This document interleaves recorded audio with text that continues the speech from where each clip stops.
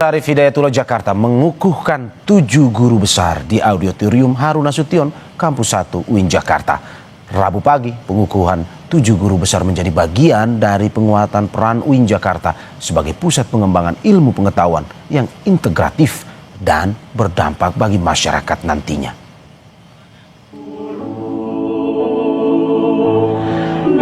UIN Syarif Hidayatullah Jakarta mengukuhkan 7 guru besar berasal dari berbagai bidang keilmuan strategis, yakni ilmu komunikasi politik, biologi terapan, ekologi, kecerdasan artifisial, lalu sejarah dan peradaban Islam, hukum ketatanegaraan Islam, perbandingan, manajemen sumber daya manusia pendidikan Islam, dan filsafat Islam.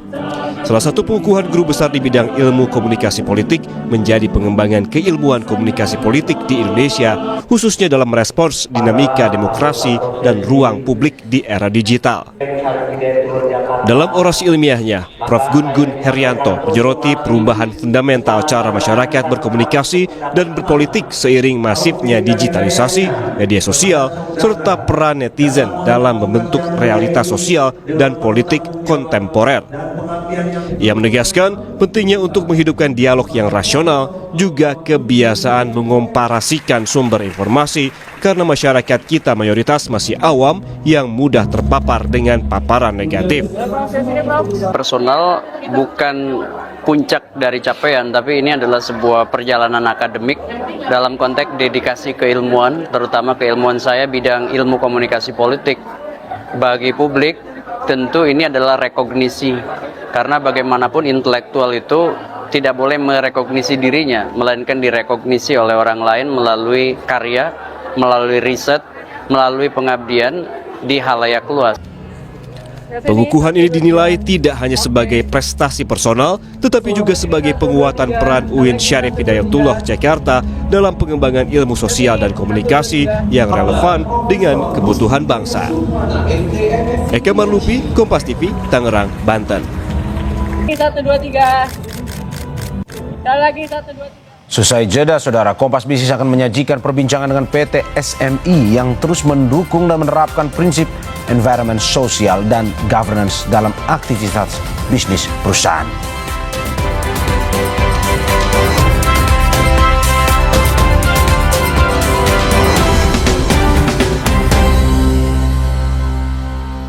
Peran strategis PT Sarana Multi Infrastruktur atau PT SMI sebagai perusahaan pembiayaan yang mendorong pembangunan nasional. Mulai dari pembiayaan proyek sektor swasta hingga dukungan bagi pemerintah daerah, PT SMI hadir menjawab kebutuhan infrastruktur, memperkuat perekonomian daerah, dan mendorong pembangunan yang berkelanjutan. Selengkapnya dalam Kompas Bisnis, Kamis 15 Januari pukul 8.50 pagi di Kompas TV. Dipersembahkan oleh banyak yang sudah membuktikan Aqua terasa sejuk meski tanpa didinginkan. Diproses dari air pegunungan dalam akuifer yang terlindungi, kaya akan mineral alami. Aqua, hadirkan kesejukan badan dan pikiran.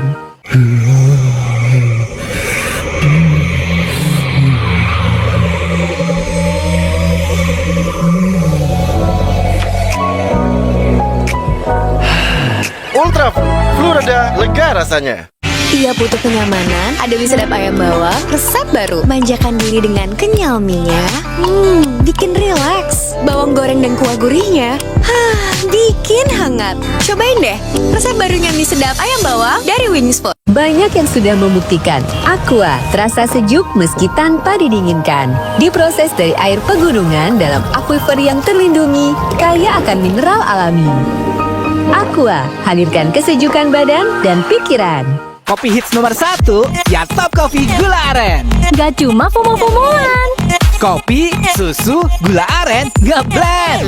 Make it so legit. Aromanya aja nikmat, kopinya dendang. Gula arennya legit, perfectly blended. Ini Top Coffee Gula Aren. Legitnya gokil. Bikin kreasi kopi lo never fail. I told you so. Top Coffee Gula Aren. Kopi hits Nomor 1, Favorit semua dari Wings Food. Super Citrus baru. Segar. Aroma citrusnya bikin badan segar terus. Anti enek. Super Citrus dari Lemon Oil. Ada hot lock system, hangatnya tahan lama. Grrr. Ini yang bikin badan gue seger terus. Super Citrus, anti enak, badan segar bugar. Grrr. Wingscare. Jamur ngeselin. Untung ada Zoralin. Obat spesialis bantu cabutin jamur. Jamur ngeselin. Olesin Zoralin. Diproduksi oleh Medicon.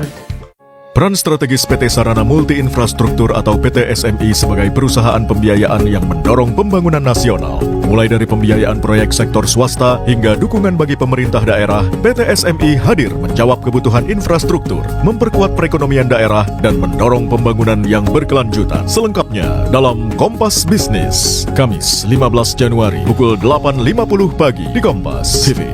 Dipersembahkan oleh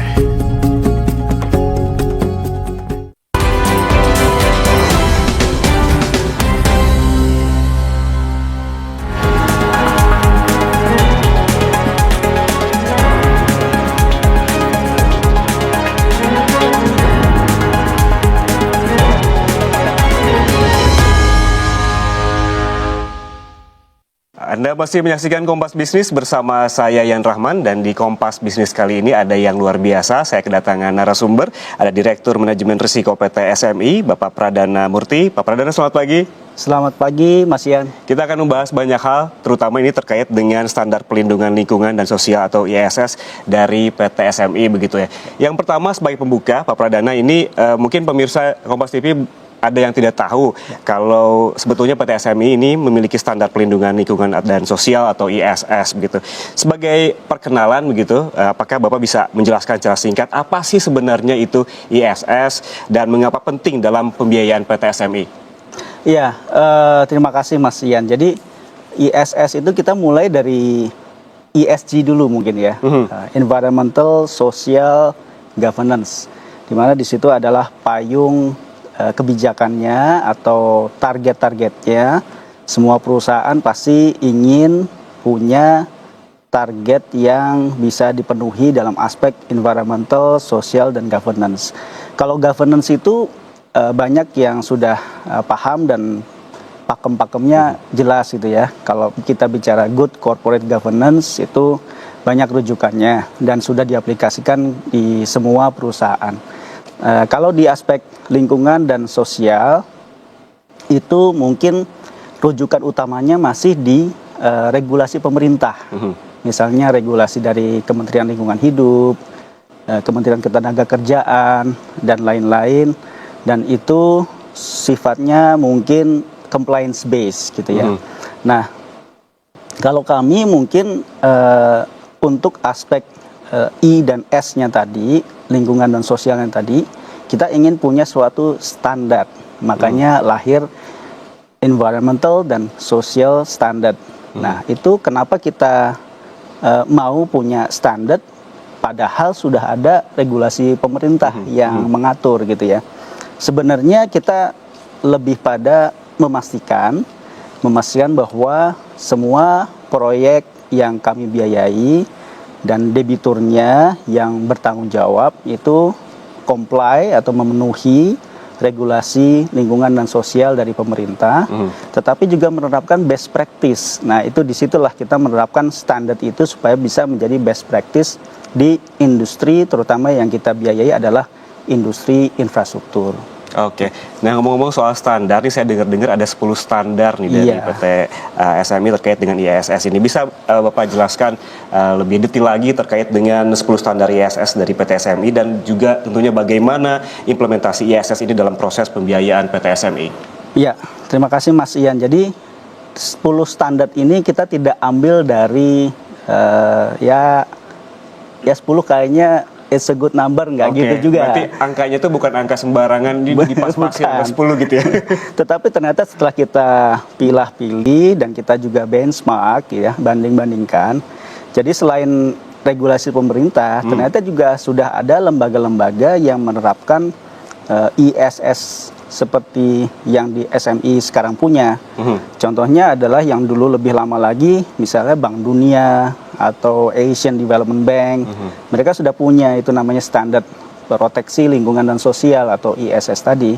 Dan kebetulan kok jumlahnya mirip itu 10. Kalau kita lihat memang kita pilah-pilah aspek-aspeknya itu ya make sense sih, logik. Kalau 10 itu memang kita kedepankan.